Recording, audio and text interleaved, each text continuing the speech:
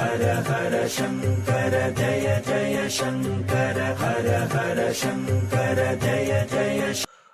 ஒரு சிறிய கிராமத்தின் மத்தியில் அழகான ஒரு கிருஷ்ணர் கோவில்.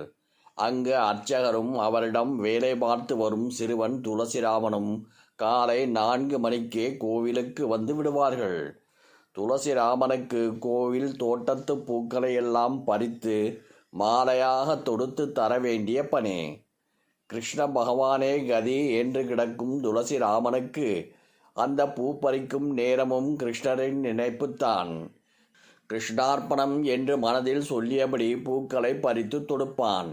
10-15 மாலைகள் கட்டி முடித்தவுடன் ஏதோ அவனே கிருஷ்ணருக்கு சூட்டி விடுவது போன்று மனதிற்குள் நினைத்து கொண்டு அர்ச்சகரிடம் கொடுத்து விடுவார்.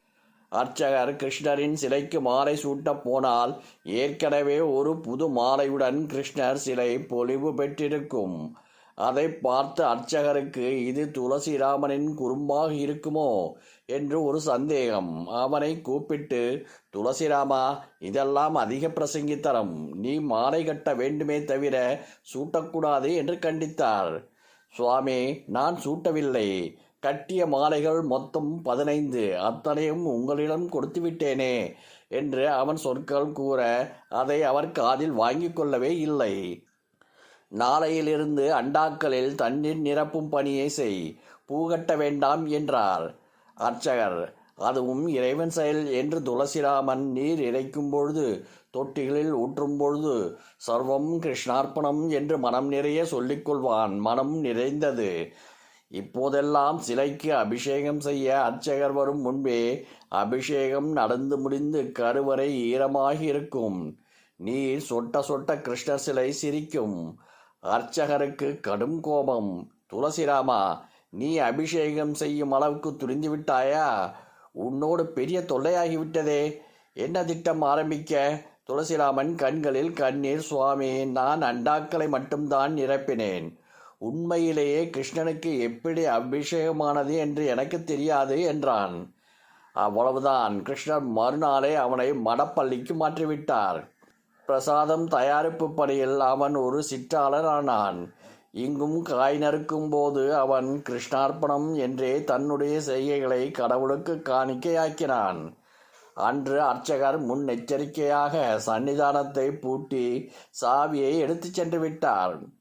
மறுநாள் அதிகாலையில் சன்னதி கதவை திறக்கும்போது கண்ணன் வாயில் சர்க்கரை பொங்கல், நெய் நெய்வேத்தியம் மடப்பள்ளியில் அப்போதுதான் தயாராகி நெய் விட்டு இறக்கி வைத்திருந்தது. அதற்குள் எப்படி இங்கு வந்தது? நான் கதவை பூட்டிவிட்டுத்தானே சென்றேன். பூனை ஏலி ஏதாவது கொண்டு வந்திருக்குமோ? துளசிராமனுக்கு எந்த வேலை தந்தாலும் அந்த பொருள் எப்படியோ எனக்கு முன்பே இங்கு வந்து விடுகிறதே. அவன் என்ன மந்திரவாதியா என்று அர்ச்சகர் குழம்பினார். அன்று அவர் துளசிராமனை கண்டிக்கவில்லை.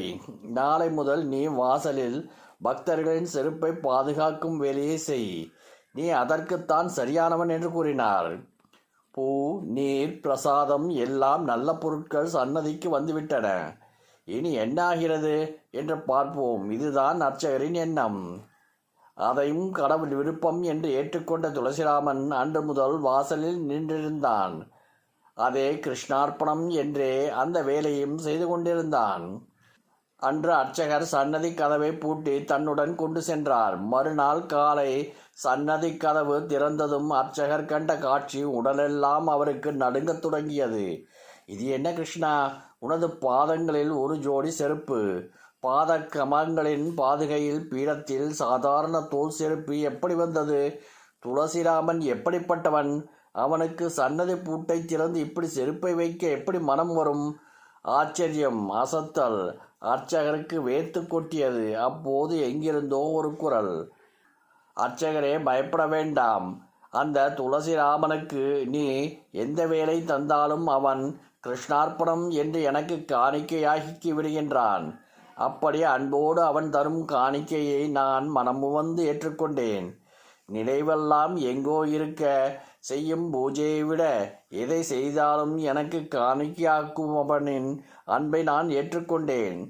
துளசிராமன் ஒரு யோகி. அவன் அன்பு எனக்கு பிரியமானது என்றது அந்த குரல். கிருஷ்ண பகவானின் இந்த குரல் கேட்டு வாசல் பக்கம் ஓடி வந்து அந்த யோகி துளசிராமனின் கால்களில் நெடுஞ்சான் கிடையாக விழுந்து வணங்கினார் அர்ச்சகர். நாம் எந்த வேலை செய்தாலும் அதை கிருஷ்ணருக்கு அர்ப்பணம் செய்தால் அதை அவர் நிச்சயம் மனமுவந்து ஏற்றுக்கொள்வார். சர்வம் கிருஷ்ணார்ப்பணம்.